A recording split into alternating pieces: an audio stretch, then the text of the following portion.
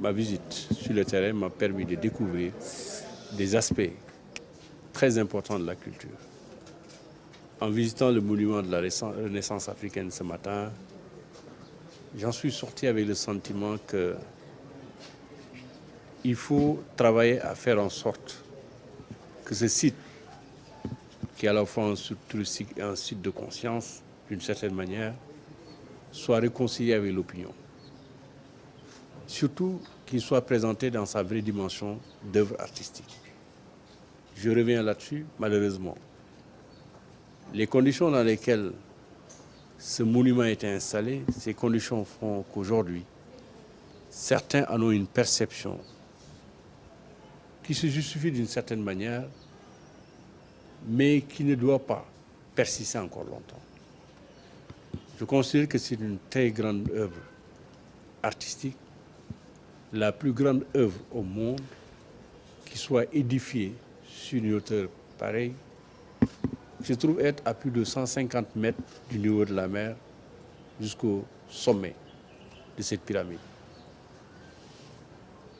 Et les données culturelles qu'on y trouve sous la direction de son administrateur, qu'on visite, vous donne le sentiment quand vous sortez que vous avez quand même raté quelque chose depuis le temps que vous n'êtes pas venu. Vraiment, c'est un appel solennel pour que ce patrimoine devienne une pièce maîtresse de notre patrimoine national. Je ne crois pas que nous, les Sénégalais, que nous occupions notre place, celle qu'il faut, dans la mesure de ce monument-là.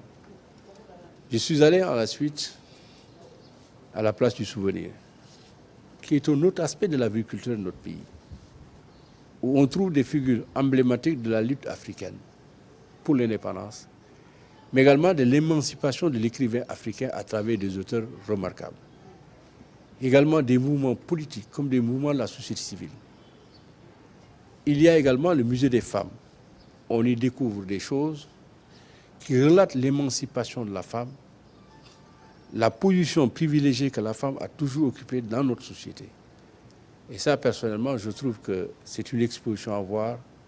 C'est le musée Henriette Bathily. Vraiment, je voudrais dire que c'est un endroit où on a un condensé de la culture sénégalaise dans toutes ses dimensions. Les efforts du ministère seront constants pour cet endroit qui est un symbole marquant de ce qu'a été l'histoire africaine, ce qu'elle continue d'être du point de vue de sa création, de sa production, mais également ce qu'elle permet comme perspective dans l'organisation des activités culturelles. Je félicite au passage d'ailleurs l'administrateur du monument et l'administratrice de la place du souvenir. Enfin, j'ai terminé ma visite ce matin avec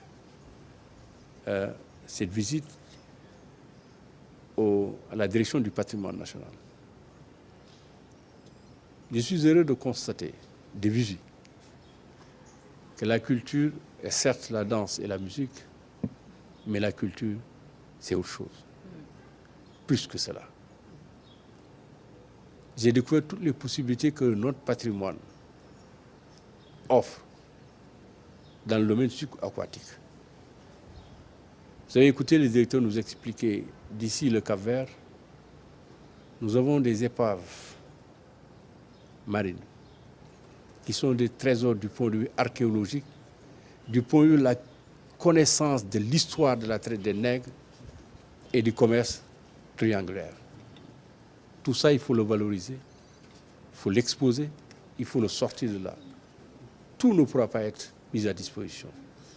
Il est heureux qu'au moment où nous disposons de techniques qui nous permettent d'aller explorer tout ce fond marin, qu'on puisse avoir un musée de civilisation africaine qui pourra accueillir demain ou après-demain, qui sait, tout ce patrimoine inestimable. Il y a des aéronefs, il y a des bateaux qui, du point de vue de la connaissance historique, nous permettront de faire des découvertes extraordinaires le jour où ce travail sur ce patrimoine subaquatique sera prêt et mis à disposition de l'opinion. J'ai visité les archives culturelles du Sénégal, ici. C'est heureux qu'on puisse là également voir quelle a été la conception du premier président sénégalais du point de vue de la collecte du patrimoine culturel sénégalais. Il y a un travail d'une mission nationale qui a été faite pour collecter tout ce patrimoine et le mettre sur support audiovisuel. Une partie est aujourd'hui digitalisée sous forme numérique. Il y a une autre partie, nous ne disposons pas des techniques pour le faire. Et j'en appelle à la coopération française d'ailleurs, pour leur demander de nous faire bénéficier des capacités intellectuelles et techniques de l'INA pour nous permettre de transférer un certain nombre de documents qui existent sur des supports qui doivent être aujourd'hui digitalisés. C'est également ici le moment de faire un appel à l'ensemble de mes collègues ministres, des ministères où sont affectées des œuvres inaliénables de l'État du Sénégal. Cette politique a été engagée dès 1967, après le Festival mondial des arts qui s'est passé à Dakar. L'État disposait d'un patrimoine inestimable d'œuvres d'art artistique. Et il fallait absolument le préserver en les mettant à la disposition des différentes institutions. Au passage, d'ailleurs, je félicite la Cour suprême, son président et l'ensemble des directeurs, des responsables de cette institution. Elle a compris la valeur de ces richesses artistiques. Elle a fait appel il y a un an à la direction du patrimoine. L'ensemble des œuvres de cette auguste institution a été restaurée et une exposition d'une très grande valeur a été faite autour de ces œuvres. Je suis au regret de constater que dans certains ministères, ces œuvres d'art ont disparu. Me confie la direction du patrimoine. Et dans d'autres cas, de belles tapisseries, parce qu'elles sont belles, sont rentrées dans les collections privées, alors que ce patrimoine est inaliénable.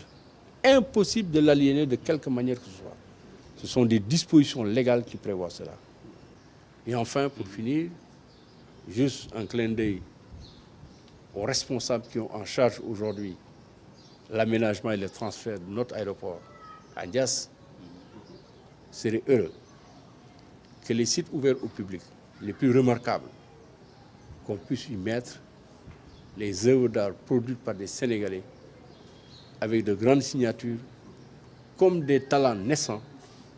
L'exposition pourrait permettre aux jeunes talents d'émerger davantage et aux talents confirmés de vivre encore davantage et mieux de leur art.